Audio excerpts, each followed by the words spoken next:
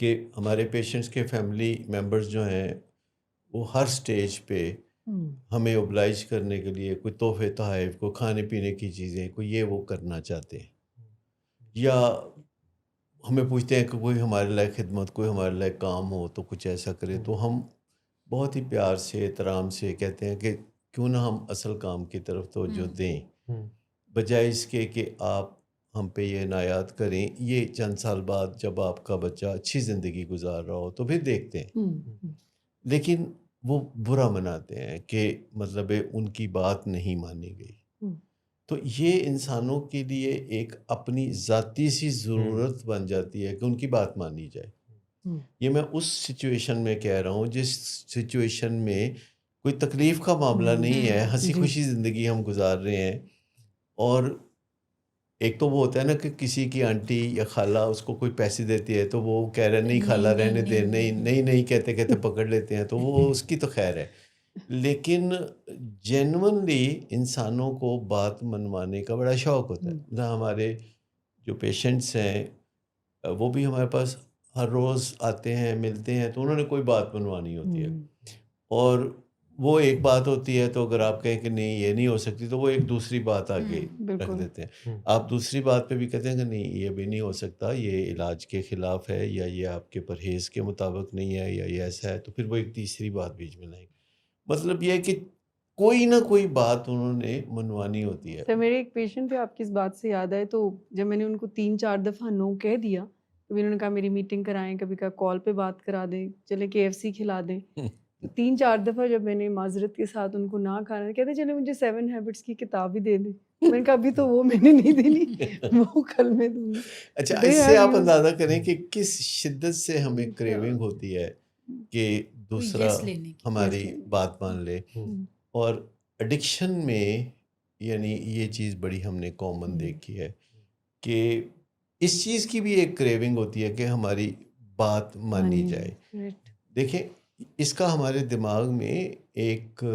بندوبست ہے، باقاعدہ ہمارے دماغ میں ایک نیوکلیس ہے، ایک حصہ ہے، ایک چھوٹا سا گھر ہے جسے آپ لوبیا کے دانے جتنا کہہ سکتے ہیں، 2 عدد، رائٹ برین میں بھی اور لیفٹ برین میں بھی، نیوکلیس ایکوینس۔ تو اس کے اندر یہ پریفرنسز کے فیصلے ہو رہے ہوتے ہیں کہ کون سی چیز قابل ترجیح ہے ان کے لیے، کون سی چیز قابل ترجیح نہیں ہے، اور جو چیز ان کے لیے قابل ترجیح ہوتی ہے اس کے لیے وہ اصرار کر رہے ہوتے ہیں۔ تو ایک تو جو پہلی بات ہوتی ہے کہ ہم نے بات منوانی ہوتی ہے، اب وہ بات جیسے میں نے عرض کیا کہ مٹھائی کھلانے جیسی ہے، اور کسی نے کہا میں نے نہیں کھانی، لیکن دوسری طرف ہم ایسی بات منوانے کی کوشش کر رہے ہیں جیسے کہ بھئی آپ نشہ نہ کیا کریں، آپ کے نشہ کرنے سے گھر کا ماحول، ہمارے آپس کے تعلقات، آپ کی زندگی ساری ڈسٹرب ہے، تو آپ نشہ نہ کیا کریں۔ اب یہ بات جو منوانی ہے، اس میں ایک یہ بھی پرائیڈ ہوتا ہے کہ جو ہم بات کہہ رہے ہیں یہ بہت صحیح بات ہے، جی بالکل، اس میں کوئی شک و شبے والی بات ہی نہیں ہے، اور ظاہر بات ہے جس سے ہم یہ بات کر رہے ہوتے ہیں وہ ہمارا منہ موتیوں سے بھر دیتا ہے یہ کہہ کے کہ جناب آئندہ آپ سنیں گے نہیں کہ میں نے نشہ کیا ہے، یا میں بدل جاؤں گا، یا میں نشہ نہیں کروں گا، بس یہ ذرا گرمیاں گزر لیں، یہ سردیاں گزر لیں، یہ ایران امریکہ کی جنگ ختم ہو جائے، کچھ نہ کچھ، یا عمران خان صاحب کی رہائی ہو جائے، کچھ بھی ایسی شرط عائد کرنی ہے کہ جو کہ بے یقینی کی کیفیت ہے جس میں، اور اس نے اس طریقے سے بات کو آگے چلانا ہوتا ہے۔ لیکن جو بات منوانے والا ہے وہ اپنا زور لگا رہا ہوتا ہے، لیکن جب وعدے ٹوٹ جاتے ہیں، جب آپ کو لگتا ہے کہ نقصان پہلے کی نسبت زیادہ ہو گیا ہے، تو پھر بندہ ذرا برے طریقے سے بات کرتا ہے، جس کے جواب میں مریض یہ بھی کہہ سکتا ہے اور کہہ دیتا ہے کہ جاؤ بھی جو کرنا ہے کر لو، میں کوئی کلا نشہ کرنا سارا پاکستان کر دے، مطلب ایسے ہی کچھ اس نے بات کر دینی ہے۔ پہلی بات تو یہ ہے کہ کبھی بھی کسی کو ڈیفائنس کی پوزیشن میں نہیں لاتے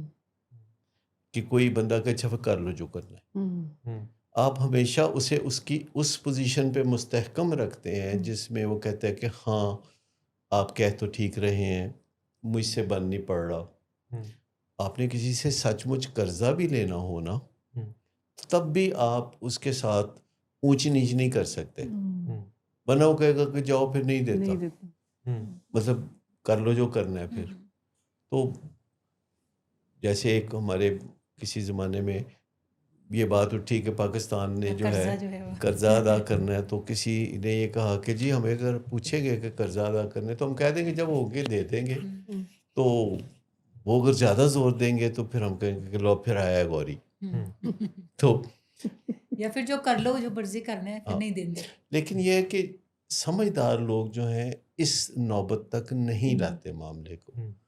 وہ کسی سے قرضہ لینا ہو یا وعدہ پورا کرنا ہو یا کوئی امن قائم کرنے کی کوشش ہو یا بیماری سے نکلنے کا معاملہ ہو، آپ کسی کو موقف کے اعتبار سے اپنا ہمنوا بنا کے رکھتے ہیں، آپ اس کے منہ سے یہ بات نہیں سننا چاہتے کہ جاؤ میں نہیں کروں گا، کیونکہ یہ پھر آپ سمجھے کہ بہت کئی پچھلے قدموں پہ چلے جائیں گے۔ لیکن اگر کوئی وعدہ کرتا ہے اور توڑتا ہے تو اس کا علاج ہے کہ پہلے تو آپ مشکل گفتگو میں مہارت حاصل کرتے ہیں اور کسی کو وعدہ کرنے کی طرف لاتے ہیں، لیکن جب وعدہ کر کے وہ توڑتا ہے تو پھر اب آپ وہ فن سیکھتے ہیں کہ کسی کے ساتھ حساب کتاب یا جواب دہی کیسے کریں۔ جواب دہی یہاں آتی ہے کہ جب کوئی مینیجر اپنے ماتحتوں سے ڈیل کر رہا ہوتا ہے یا کوئی ڈاکٹر اپنے مریضوں سے ہدایات پہ عمل کرانا چاہتا ہے، تو اس کے لیے مانیٹرنگ ضروری ہے۔ اگر آپ اپنے بچے کو پڑھانا چاہتے ہیں یا کوئی ٹیچر اپنے شاگردوں کو پڑھانا چاہتا ہے تو وہ پڑھاتا ہے اور پھر واپس فیڈ بیک لیتا ہے، یہ اس کو ہم جواب دہی کہیں گے۔ اگر وہ صحیح جواب دیتے ہیں تو وہ کہتا ہے شاباش، تو پھر اگلے سبق کی طرف چلتے ہیں، جہاں رکاوٹ ہوتی ہے وہ دور کرتا ہے۔ آپ یہ نہیں کرتے کہ لمبے لمبے اسباق آپ پڑھاتے چلے جاتے ہیں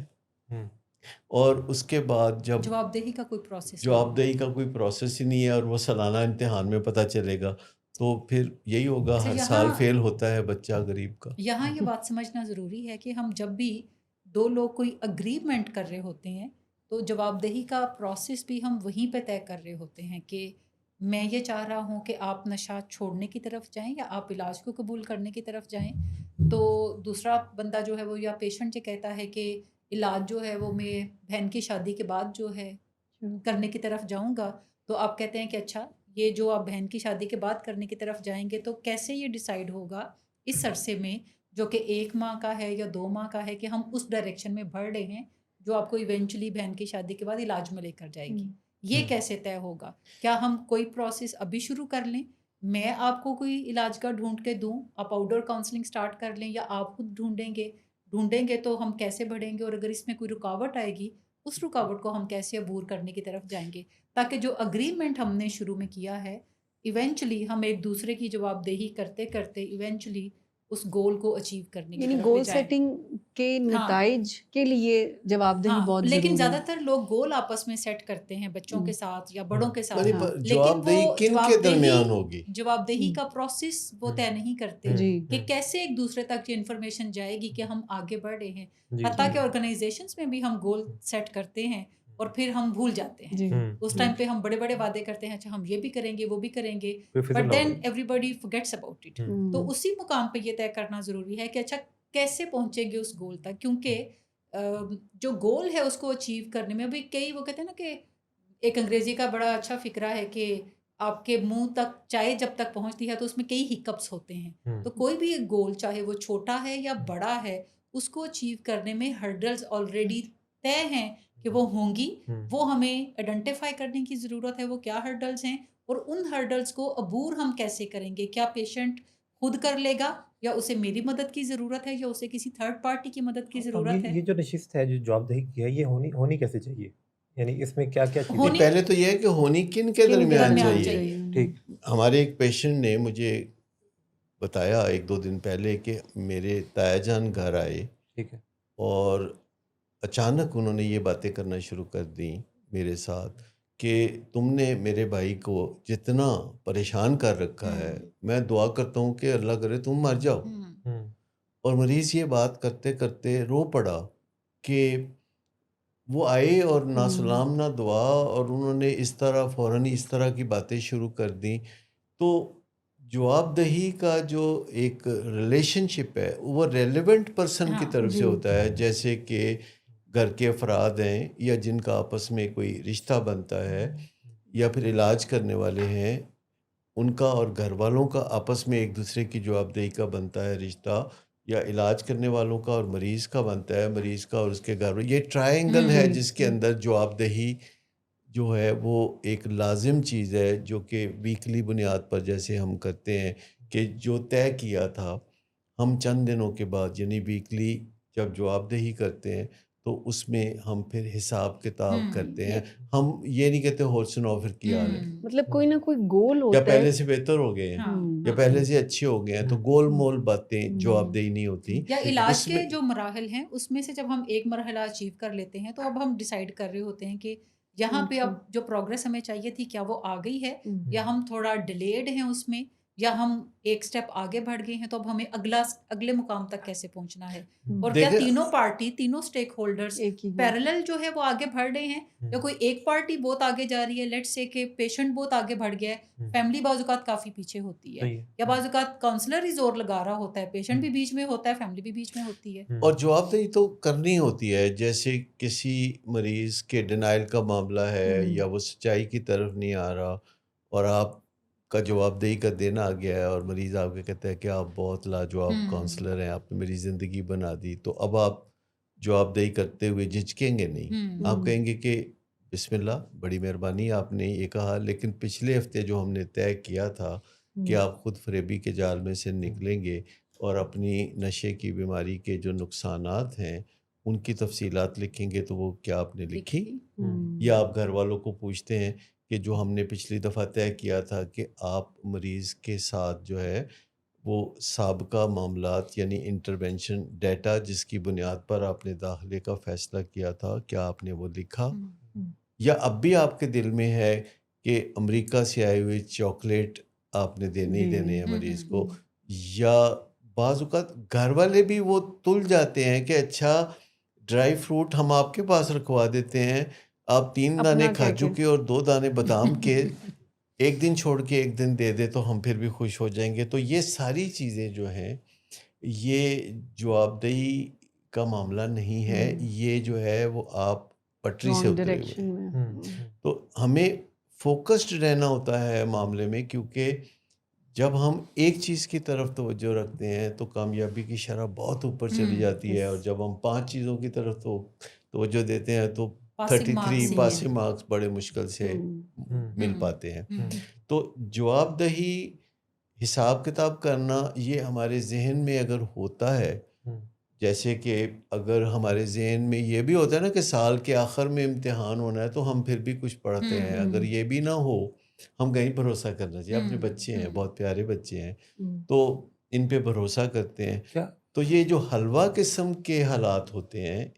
ان کو صرف پھر کھایا ہی جا سکتا ہے. ایک تو جواب دہی آپس میں ہوتی ہے جو 3 پارٹیاں ہیں، ہم اپنی بھی جواب دہی کر سکتے ہیں، اپنا احتساب بھی کر سکتے ہیں کہ جو میں نے کمٹمنٹ کی تھی اپنے ساتھ کہ میں یہ چیز کروں گا یا یہ میں پڑھوں گا، کیا وہ میں نے اس دن پہ کر لی، یا I am behind my goals. تو اگر میں نے اس دن نہیں کی تو پھر ذہن میں ہونا چاہیے کہ میں الٹیمیٹ گول جو اچیو کرنا چاہ رہا ہوں میں پھر لیٹ پہنچوں گا. دیکھیے جواب دہی کے ساتھ ایک اور معاملہ بہت اہم جڑا ہوا ہے کہ جواب دہی کر کے آپ فارغ نہیں ہوتے، اس سے آپ کو کوئی تمغہ نہیں ملتا. آپ سلامتی کے ساتھ جب جواب دہی کرتے ہیں تب ہوتا ہے. لیکن جب آپ کو پتا ہو کہ اگلے بندے نے اپنے حصے کا کام نہیں کیا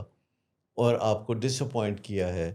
تو پھر سلامتی آپ کے ذہن میں نہیں رہتی، یا غصہ آپ کے ذہن میں آتا ہے. اور اس وقت جب آپ جواب دہی کرتے ہیں تو آپ وہاں سے شروع نہیں کریں گے جہاں سے سلامتی کا رستہ جاتا ہے، پھر آپ وہاں سے شروع کریں گے جہاں سے آپ کا دل ٹھنڈا ہوتا ہے. بہت سارے پیرنٹس کو ہم کہتے ہیں ڈاکٹر صاحب کہہ دیتے تسی ٹھیک ہو، لیکن دل ٹھنڈا نہیں ہوتا، ٹھنڈ نہیں پڑتی جب تک کر کے رکھ کے بےزتی نہ کی جائے تو ٹھنڈ نہیں پڑتی. تو میں سمجھتا ہوں کہ انسانوں کے ساتھ جو رشتہ ہے اس میں انکنڈیشنل ریگارڈ یعنی احترام اور رشتے کے مطابق پیار بہت ضروری ہے. لیکن جب ہم تپے ہوتے ہیں تو ہم بات وہاں سے شروع نہیں کرتے جہاں سلامتی کا رستہ جاتا ہے. ہم پھر اس وقت اتاولے سے ہوئے ہوتے ہیں کہ ہم اپنے جو جذبات ہیں غصے کے ان کا اظہار کر دیں. تو ایسے موقع پہ ہمیں اپنا جو پہلا رسپانس ہے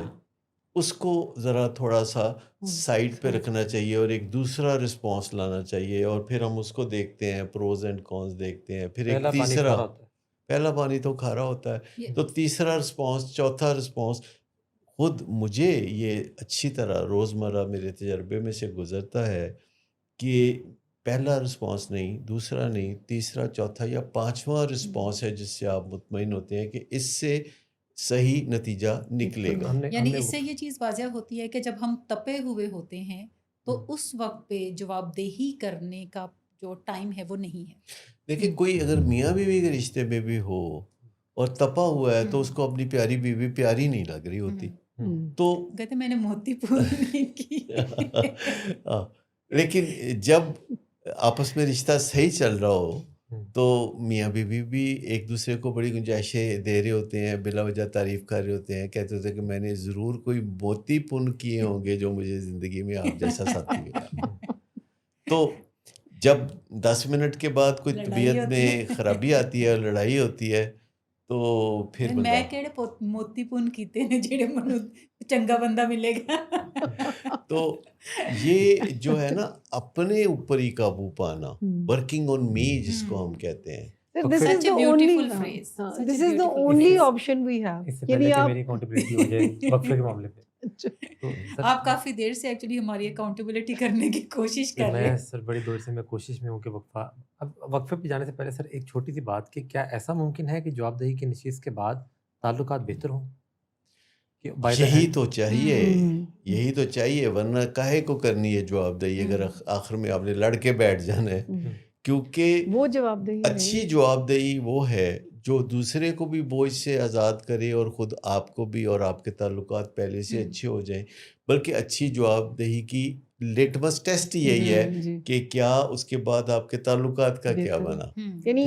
اس سے ہی اندازہ ہوگا کہ جواب دہی کا رائٹ ٹول ہم نے استعمال کیا ہے یا اس سے ہی اندازہ ہوگا, بریک سے بھی اندازہ ہوگا کہ ہمارا شو صحیح ٹائم کے مطابق چل رہا ہے یا نہیں چل رہا. ہم وقفے پہ جاتے ہیں, واپس آتے ہیں اور آپ بات کو آگے بڑھاتے ہیں.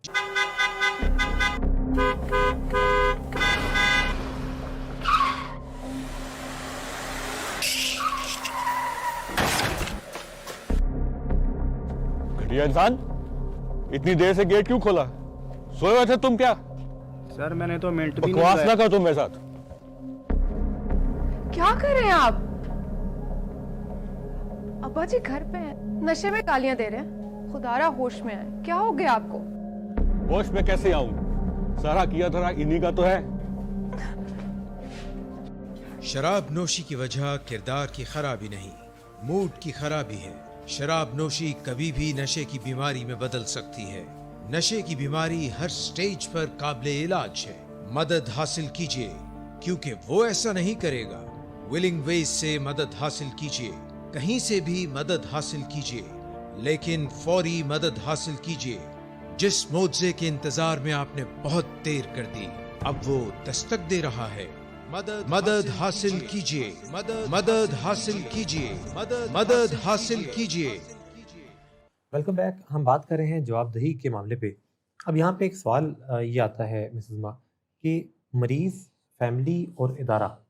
ان تین کی الگ الگ جواب دہی ہونا یہ کیا چیز ہے؟ الگ الگ جواب دہی نہیں ہے, یہ آپس میں ایک دوسرے کی جواب دہی کر سکتے ہیں, کیونکہ یہ تینوں سٹیک ہولڈر ہیں, کسی ایک پروجیکٹ کے اوپر کام کر رہے ہیں, اور وہ پروجیکٹ ایک پیشنٹ کی ریکوری کا ہے. نشے سے بحالی تک کا جو جرنی ہے اس کو ہم نے پایا تک مل تک پہنچانا ہے. اور یہ تینوں سٹیک ہولڈر چونکہ مل کے اس پروجیکٹ پہ کام کر رہے ہوتے ہیں, تو اس کا مطلب ہے کہ تینوں میں سے کوئی ایک پارٹی جب اپنے رول کو اس طریقے سے نہیں نبھا پا رہی ہوتی جس طریقے سے نبھانا چاہیے, تو دوسری دو پارٹیاں جواب دہی کر سکتی ہیں کہ اچھا کیا ڈیفیکلٹیز ہیں, مسائل کیا آ رہے ہیں, کیوں آپ نہیں کر پا رہے ہیں. اگر کوئی ہیلپ ایسی ہے جو کہ وہ دونوں پارٹیاں لینڈ کر سکتی ہیں, وہ لینڈ کرنے کی طرف جاتی ہیں, تاکہ جو تیسرا سٹیک ہولڈر ہے وہ بھی اسی لیول کے اوپر آگے بڑھے جس لیول پہ باقی دو لوگ آگے بڑھ رہے ہیں. کیونکہ یہ طے شدہ بات ہے کہ اگر تینوں لوگ تینوں پارٹیاں پیرالل آگے نہیں بڑھ رہی تو پھر ہم اس نتیجے تک نہیں پہنچ سکتے جس نتیجے کو ہم نے ڈے 1 سے شروع کیا اس تھا۔ کا فورم کون سا ہوگا؟ فورم جس میں پیشنٹ کاؤنسلر جو بھی ایک ڈیڈیکیٹڈ کاؤنسلر ہے، جو اس کی ٹیم ہے، ریکوری ٹیم ہے، وہ تینوں، اور فیملیز جو ہیں، فیملی میں وہ افراد شامل ہیں جو امیجیٹ ریلیونٹ ہیں، جیسے پیرنٹس ہیں، بہن بھائی ہیں، اگر ساتھ میں کوئی اسی گھر کے اندر کوئی پھپھو چچا رہتے ہیں تو وہ بھی ایڈ آن ہو سکتے ہیں، لیکن آپ شروع میں ہی یہ ڈیسائیڈ کر لیتے ہیں کہ ریکوری ٹیم کون سی ہے، اور آپ اس ریکوری ٹیم کو ڈے 1 سے ڈے اینڈ تک لے کر چل رہے ہوتے ہیں، اور وہ ریکوری ٹیم کسی ایک فرد کے اوپر مشتمل نہیں ہونی چاہیے، منیمم 3 افراد شامل اس میں ہونے چاہیے، میکسیمم جتنے بھی فیملی ممبرز ہیں ہر ایک کا ریکوری میں رول ہے پیشنٹ کی، اور وہ رول اسی کو ہی نبھانا ہے۔ سو یہ تینوں پارٹیاں جو ہیں، جو کاؤنسلر کے آفس میں بیٹھ کے چیزیں آپس میں طے کر رہے ہوتے ہیں، شروع میں دو پارٹیاں شامل ہوتی ہیں، جیسے فیملی اور ادارہ یا کاؤنسلر ڈیڈیکیٹڈ ٹیم، لیکن ان دونوں کا مقصد یہی ہے کہ گریجولی پیشنٹ کو بھی وہ اپنے ساتھ کاؤنسلر ملانے کی چونکہ طرف انچارج جائیں۔ نظر آتا ہے ایک پروگرام کا، تو یعنی یہ جو بات ہے کہ فیملی یا جو کوئی کلائنٹ ہے یا جو کوئی پیشنٹ ہے، وہ بھی اگر یہ کاؤنسلر کی جواب دہی کرتا ہے تو اس سے کیا ریٹ جو ہے وہ چیلنج نہیں ہوتی، یا کوئی اس طرح کی چیز کہ جس میں کوئی دوسرا جو ہے وہ اتھارٹی بن جائے؟ دیکھیں، ریٹ چیلنج نہیں ہوتی، کیونکہ تینوں پارٹیاں اگر کام کر رہی ہیں، جس میں جنرلی ہم نے دیکھا ہے کہ کاؤنسلر لیڈ کر رہا ہوتا ہے۔ صحیح ہے، لیڈ وہ کیوں کر رہا ہوتا ہے؟ کیونکہ وہ اس کام کا ماہر ہے۔ جی فیملی اس کام کی ماہر نہیں ہے، پیشنٹ اس کام کا ماہر بھی نہیں ہے، پیشنٹ اس کام کو خود سے ابھی کرنا بھی نہیں چاہتا، ٹھیک ہے، ٹھیک۔ سو ایسے میں کاؤنسلر جو ہے وہ ایک لیڈنگ پوزیشن میں ہے، وہ لیڈ کرے گا کہ فیملی کو کیا کرنے کی ضرورت ہے، پیشنٹ کو کیا کرنے کی ضرورت ہے، دونوں اپنا اپنا رول ادا کر رہے ہیں نہیں کر رہے، اور کاؤنسلر نے اپنی جو خود احتسابی ہے وہ بھی خود کرنی ہوتی ہے، کیونکہ بعض اوقات یہ ممکن ہے کہ فیملی فگر آؤٹ نہ کر سکے کہ جو کام کاؤنسلر کے کرنے کا ہے کیا وہ کاؤنسلر کر رہا ہے کہ نہیں کر رہا۔ فار ایگزامپل لیکن انٹرونشن فیملی ڈیٹا، کو بہرحال یہ سیکھنا پڑے گا کہ وہ کاؤنسلر سے یا ادارے سے جواب دہی کر سکے۔ اگر وہ کاؤنسلر یا ادارے سے جواب دہی نہیں کر سکتا تو پھر فیملی وہ اپنے پیشنٹ سے بھی نہیں کر سکے وہ گا۔ اپنے پیشنٹ سے اچھا، اس میں جو لیول ہیں وہ 3 ہیں، صحیح ہے، یعنی تینوں جو فریق ہیں ان کے لیے ایک ذاتی حساب کتاب ہے یا خود احتسابی ہے جس کو ہم کہتے ہیں، یہ پہلا لیول ہے۔ پھر یہ کہ تینوں فریق جو ہیں ان میں سے 2 فریق جب بھی بیٹھیں گے تو وہ ایک دوسرے کے ساتھ حساب کریں گے، اور پھر ایک لیول ہے کہ تینوں فریق جب اکٹھے بیٹھیں گے تو وہ حساب کتاب کریں گے۔ اور ہمارے ہاں وہ ایک بڑا فورم بھی ہے جس میں تمام پیشنٹس، تمام فیملیز اور تمام پروفیشنل بیٹھتے ہیں، جو کہ ہفتے میں 3 دفعہ ہے۔ اچھا، یہ بہت انوکھا لگتا ہے، کیونکہ جب آپ کام ایک بہت ریگولر ردم میں کر رہے ہوتے ہیں اور 10 سال سے کر رہے ہوتے ہیں تو آپ کو بہت آسان لگنے لگتا ہے۔ جیسے ہم ہفتے میں 3 دفعہ تقریباً کوئی 250 لوگ، جس میں پیشنٹس، ان کے فیملی ممبرز اور سارے پروفیشنلز ہوتے ہیں، تو وہ بات کر رہے ہوتے ہیں بہت ہی پرامن ماحول میں، اور وہ ساری بات چیت جو ہوتی ہے وہ جواب دہی کے زمرے میں آتی ہے۔ جب سٹیج سے پروفیشنلز جواب دہی کر رہے ہوتے ہیں اور آڈینس میں سے پیشنٹس اور ان کے فیملی ممبر جواب دہی کر رہے ہوتے ہیں، تو یہاں سے جو ہے علاج کا جو معیار ہے وہ اوپر جا رہا ہوتا ہے۔ اور پھر جو پیشنٹ کے ساتھ فیملی ملتی ہے، ٹچ اینڈ گو میٹنگ ہی ہوتی ہے، تو تینوں فریق موجود ہوتے ہیں، ایک کاؤنسلر، ایک ماں باپ اور ایک پیشنٹ جو کہ کل ہی آیا ہے، تو ان کے درمیان بھی ایک ٹرائنگولر جواب دہی چل رہی ہوتی ہے۔ اچھا، یہ جو سارا پروسیس ہے یہ علاج کے شروع سے ہی شروع ہو جاتا ہے کہ فیملی نے پیشنٹ کو کیسے پروسیس میں لے کر آنا ہے، اس کی جواب دہی کیسے کرنی ہے۔ کاؤنسلر تو ٹرینڈ ہوتے ہیں کہ پیشنٹ کی جواب دہی کیسے کرنی ہے۔ بعض اوقات فیملیز بھی ہاتھ سے نکل جاتی ہیں، سو انہیں پلٹ کے ٹریک کے اوپر ہم نے واپس لانا ہوتا ہے۔ لیکن جیسے جیسے فیملی علاج میں آگے بڑھتی ہے، اگر وہ اس علاج میں یہ نہیں سیکھتی کہ پیشنٹ کی جواب طلبی کیسے کرنی ہے، پیشنٹ کی جواب دہی کیسے کرنی ہے، تو پھر اس علاج کی کامیابی جو ہے وہ داؤ پہ لگی رہتی ہے۔ یعنی یہ ایک ایسی سکل ہے جو کہ ہر صورت انہیں بہرحال جلد یا بدیر یہ سیکھنا ہی پڑتا ہے کہ ہم نے اپنی خود احتسابی کا عمل کیسے کرنا ہے، اور ہم نے جو پیشنٹ ہے اس کی جواب دہی کا عمل کیسے کرنا ہے۔ مشکل بات چیت جو ہے وہ سلامتی کے ساتھ کیسے کرنی ہے، اچھا، یہ بھی اس میں سیکھنا پڑتا ہے۔ ایک پہلو یہ بھی ہے کہ جب جواب دہی کا معاملہ آتا ہے تو ہمیں چند چیزوں کا خیال رکھنا ہوتا ہے، جیسے کہ ایک غیر مشروط احترام اپنے کلائنٹ کا یا اپنے پروفیشنل کا جس کو آپ نے کام سونپا ہے، یا اپنے لوڈ ون کا جس کا نشے کی بیماری کا مسئلہ ہے، تو غیر مشروط جو احترام اور پیار ہے یا جو بھی رشتے کی نزاکت ہے اس کو دیکھنا بہت امپورٹنٹ ہے۔ دوسری بات ہے کہ جواب دہی سے قیامت نہیں آئے گی اگر آپ دفاعیت میں نہیں جائیں گے۔ اگر آپ کی اپنی عزت نفس بہتر ہو رہی ہے تو جواب دہی سے یہ عمارت نیچے نہیں جا گرے گی، بلکہ آپ کو پتہ ہوگا کہ مجھے ٹارگٹ نہیں کیا جا رہا، کسی کمی یا کمزوری کو یا کسی ایسی چیز کو ٹارگٹ کیا جا رہا ہے جو کہ وجود نہیں رکھ رہی اور جس کے وجود کی ضرورت ہے۔ تو دفاعیت میں نہیں جانا۔ آپ اگر سمجھتے ہیں کہ دوسرے کی جواب دہی جو ہے وہ فیکٹس پہ مبنی نہیں ہے تو آپ ایک دفعہ کہہ سکتے ہیں، نفی میں جواب آپ دے سکتے ہیں، لیکن اس کا مطلب یہ نہیں کہ آپ دفاعیت پہ اتر آئیں کہ میں تو زندگی میں کبھی ایسا کیا ہی نہیں، مجھ سے تو کبھی ایسا ہو ہی نہیں سکتا، آباء و اجداد نے کبھی میرے تو آباء و اجداد نے کبھی نہیں کیا، یا پھر خاموشی اختیار کر لینا۔ یعنی جواب دہی جو ہے اس کے جو اجزاء ہیں اس میں احترام اور اس میں نکتہ چینی جو ہے اس سے پرہیز کرنا، اس سے توہین امیزی سے پرہیز کرنا، دفاعیت سے بچنا اور پھر خاموشی میں نہ جانا، یہ بڑا امپورٹنٹ سر ہے۔ اگر یہ پتہ ہو، جیسے جواب دہی کے دوران پتہ ہے کہ سامنے جس سے جو پوچھا جا رہا ہے وہ اس میں غلط بیانی کر رہا ہے یا وہ سفید اس چیز سے انکار کر رہا ہے جس کے بارے میں آپ کے پاس کوئی ٹھوس ثبوت موجود ہے، تو ایسے میں پھر اپنے جذبات کے اوپر کنٹرول رکھنا یا وہ چیز، تو وہ کیسے کیا؟ دیکھیں، جذبات پہ کنٹرول رکھنا تو ایسے میں بھی ضروری ہے اور ویسے میں بھی ضروری ہے اور تیسے میں بھی ضروری ہے۔ ٹھیک ہے۔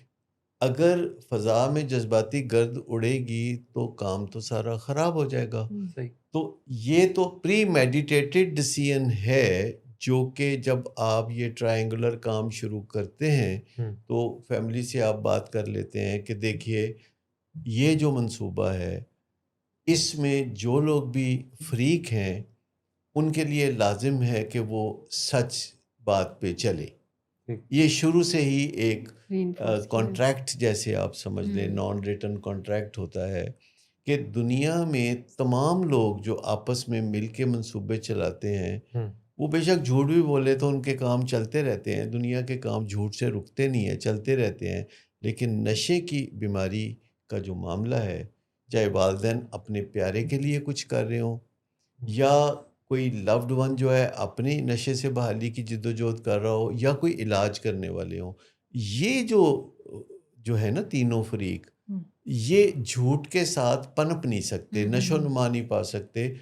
یہ امریکہ میں یہ دو باتیں بڑی اہم کہی جاتی ہیں کہ ہر کام جو ہے بے ایمانی سے ہو سکتا ہے، لیکن جو ریہیبلیٹیشن یا اصلاح کا کام ہے یا جو اچھائی پھیلانے کا کام ہے یا نشے سے بیماری سے بحالی کا کام ہے، یہ جھوٹ سے نہیں ہو سکتا۔ دوسری بات یہ کہی جاتی ہے کہ ہر بیماری کا علاج ہو سکتا ہے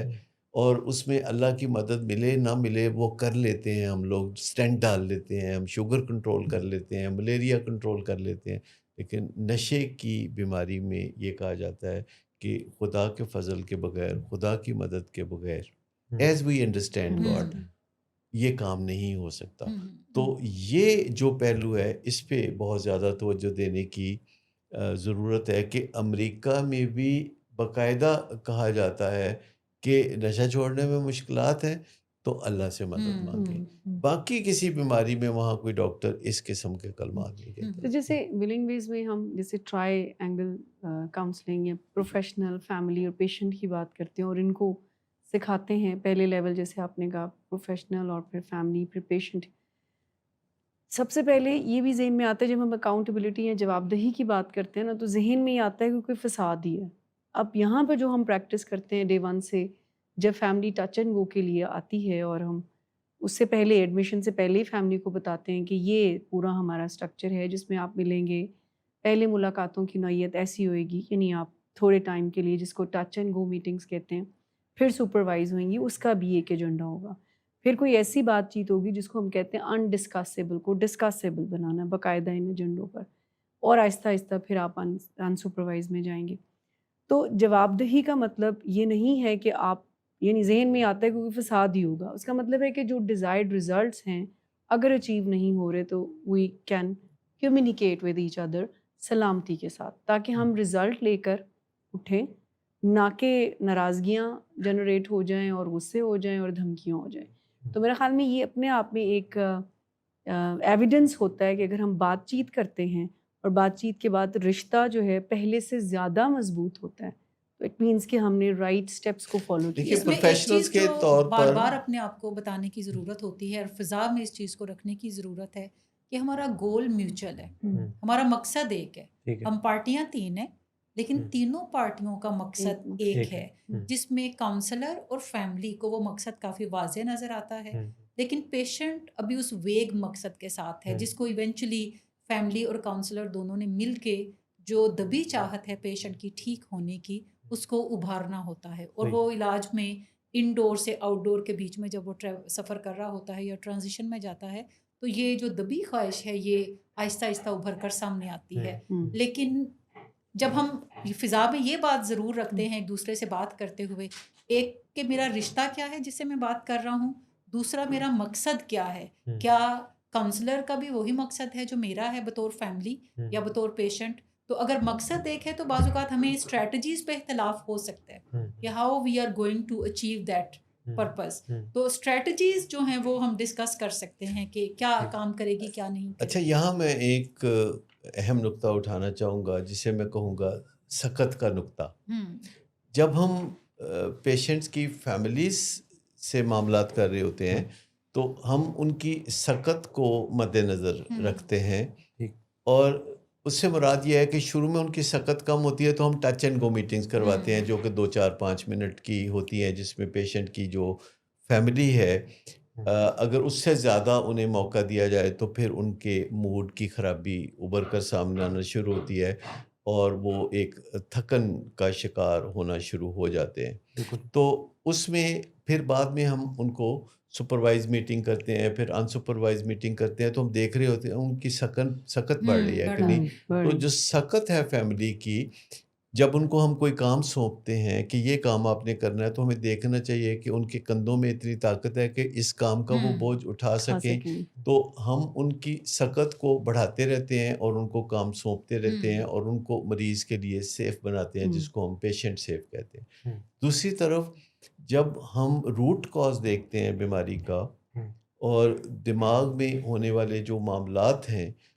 ان کے اوپر غور و فکر کرتے ہیں اور نظریہ بیماری پہ غور کرتے ہیں, تو ہمیں مریض کی سکت کے اوپر بھی غور کرنا ہوتا ہے کہ ابھی سر دست وہ کیا کر سکتا ہے اور کیا نہیں کر سکتا. اور تیسری پارٹی جو علاج کرنے والے ہیں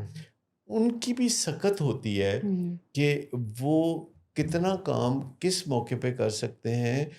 اور آہستہ آہستہ وہ اپنے کام کو کیسے آگے بڑھاتے ہیں. وہ ایک دن میں میریکل نہیں کر سکتے. مریض کی فیملی آتی ہے تو وہ ان کا ایک ہی سوال ہوتا ہے, ہمارا مریض ٹھیک ہو جائے گا, اور وہ جواب سننا چاہتے ہیں کہ ہاں ٹھیک ہو جائے گا. تو یہ جواب دینے کے بعد ہمیں یہ بھی بتانا ہوتا ہے کہ ہم سب کو اپنی سکت بڑھانی ہوگی, آپ کو, مریض کو, اور علاج کرنے والوں کو بھی سکت بڑھانی ہوگی. اور سکت بڑھانے کے لیے جواب دہی بہت لاجواب ٹول ہے کہ آپ دباؤ بڑھاتے رہتے ہیں, اور دباؤ بڑھانے کے ساتھ ساتھ آپ احترام نہیں بھولتے. دنیا میں جب بھی آرگنائزیشنل بیہیویئر کی آپ بات کریں گے, اداروں میں بات کریں گے, تو اگر کوئی باس ہے جو احترام اور پیار بہت کرتا ہے تو وہ حلوہ باس لوگ کھا جائیں گے. لیکن اگر کوئی باس ہے کہ جو دباؤ بھی بڑھاتا ہے اور ساتھ ساتھ احترام اور پیار بھی بڑھاتا ہے, اور یہ دونوں چیزیں جب ساتھ ساتھ چلتی ہیں کہ ایک طرف دباؤ ہے اور ساتھ ساتھ احترام ہے, تو اس سے آپ کو نتائج سامنے دکھائی دینے لگتے ہیں. ہم نے مزید گفتگو بھی کرنی ہے, زیادہ اثر رکھنے والا جو وعدہ ہے اس کے اوپر بھی ہمیں بات کرنی ہے, لیکن اس وقفے کے بعد. گڈ آفٹر نون سر. گڈ آفٹر نون. سر ایک کلائنٹ بہت دیر سے آپ کا انتظار کر رہے ہیں. کیا تمہیں کس نے کہا تھا اپائنٹمنٹ دینے کو؟ سر کل شام آپ ہی نہیں تو کہا تھا. جھوٹ بولتی ہو تم. میں نے تمہیں کب کہا تھا؟ تم سب جھوٹ بولتے ہو مجھ سے. شراب نوشی کی وجہ کردار کی خرابی نہیں، موڈ کی خرابی ہے.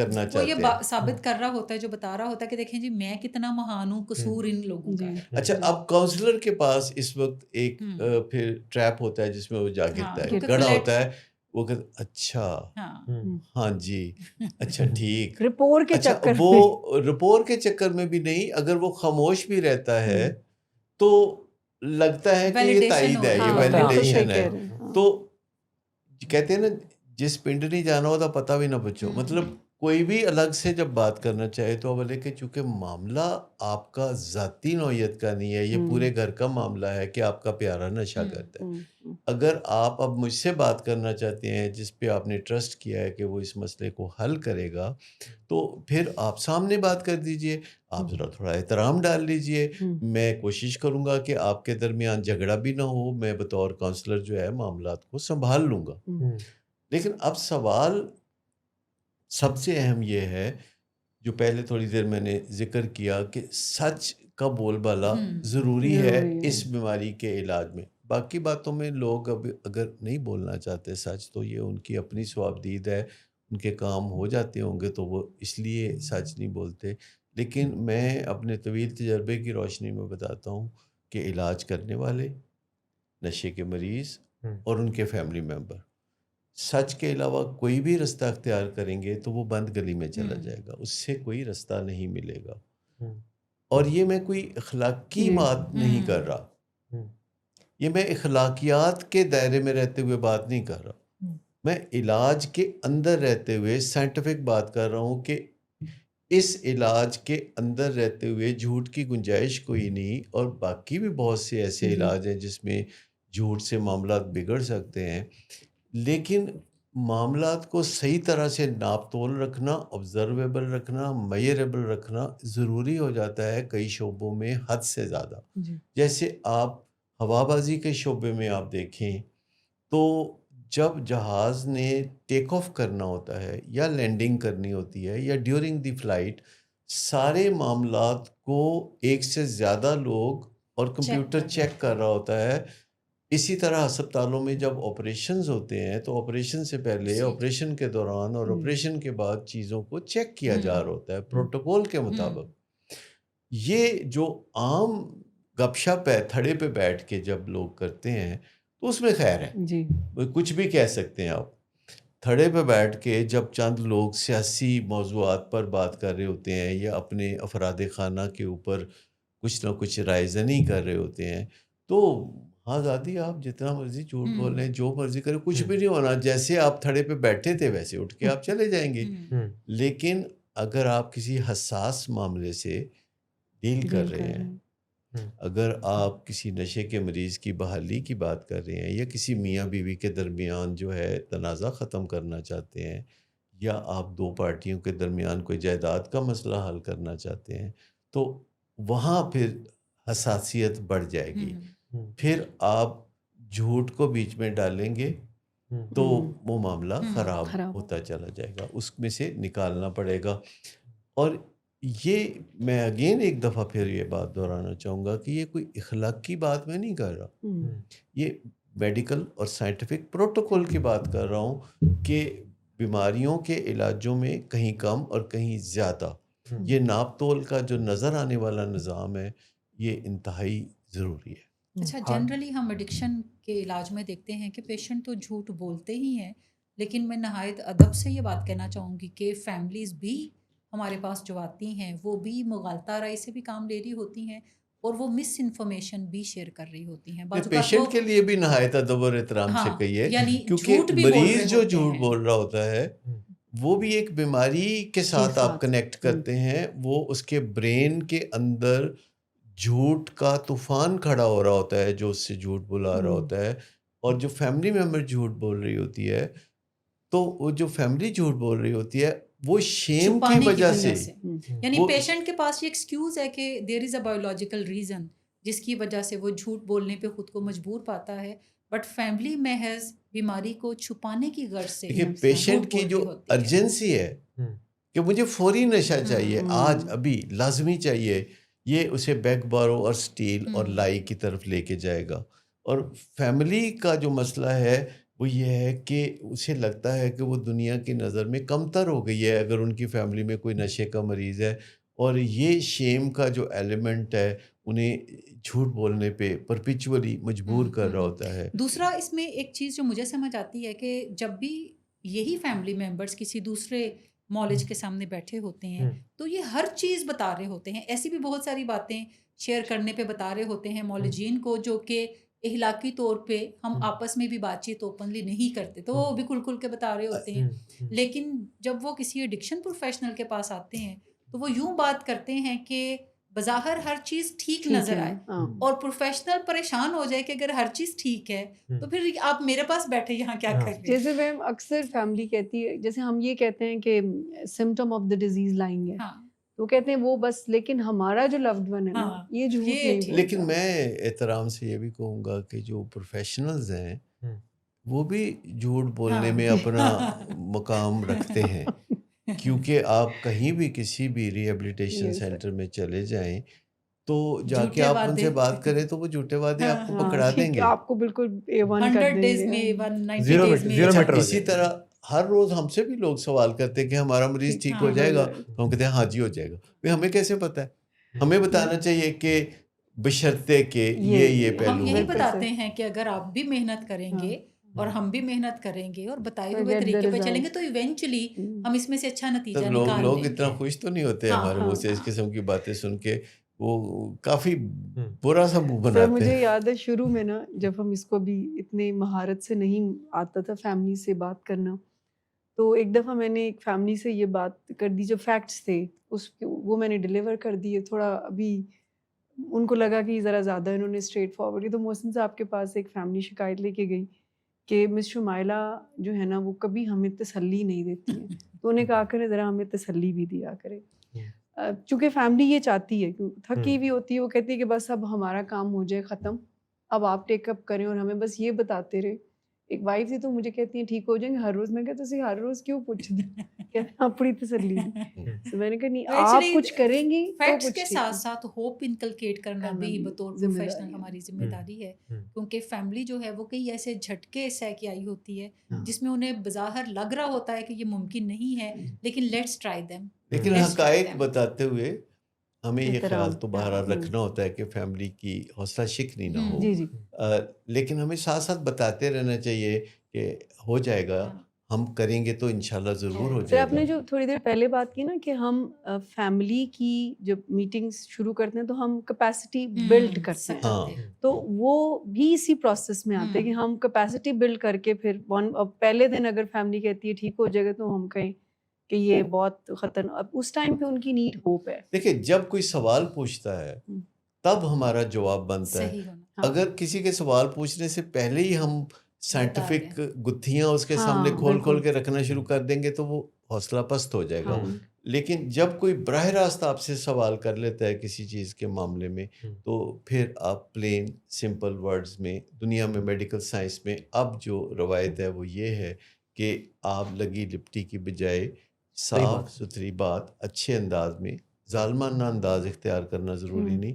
اچھے انداز میں آپ جتنی بات کوئی صافائی سے پوچھنا چاہتا ہے اتنی بتا دیں۔ آپ کو فیملی خود بتا رہی ہوتی ہے کہ ابھی آپ چاہیں تو ہمیں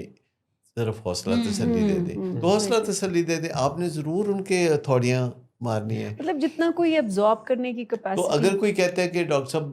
میں چاہ رہا ہوں کہ آپ مجھے حقائق بتائیں، میں چاہتا ہوں کہ مہینوں کا سفر ہفتوں میں ہو جائے، تو آپ کہتے ہیں آئیے بیٹھ کے بات کرتے ہیں۔ تو مطلب جتنا آپ کو کوئی اجازت دیتا ہے، میرا تو پکا یہی اصول ہے کہ جتنا کوئی اجازت دے گا اتنا حقائق میں اس کو بتاتا رہوں۔ اچھا، اس میں ایک سچ یہ بھی ہے کہ ہم جب بات کرتے ہیں 100 ڈیز کے ٹریٹمنٹ کی تو عام طور پہ پروفیشنلز اور فیملیز یہ دونوں ہی سمجھتے ہیں کہ اچھا 100 ڈیز میں ہم کر گزریں گے یہ، تو ہمیں یہ بتانا چاہیے فیملیز کو بھی کہ 100 ڈیز منیمم سٹینڈرڈ ہے علاج کا، اگر تو ہم اس میں کر پائے تو ہم ضرور اپنی پوری کوشش کریں گے، لیکن بعض اوقات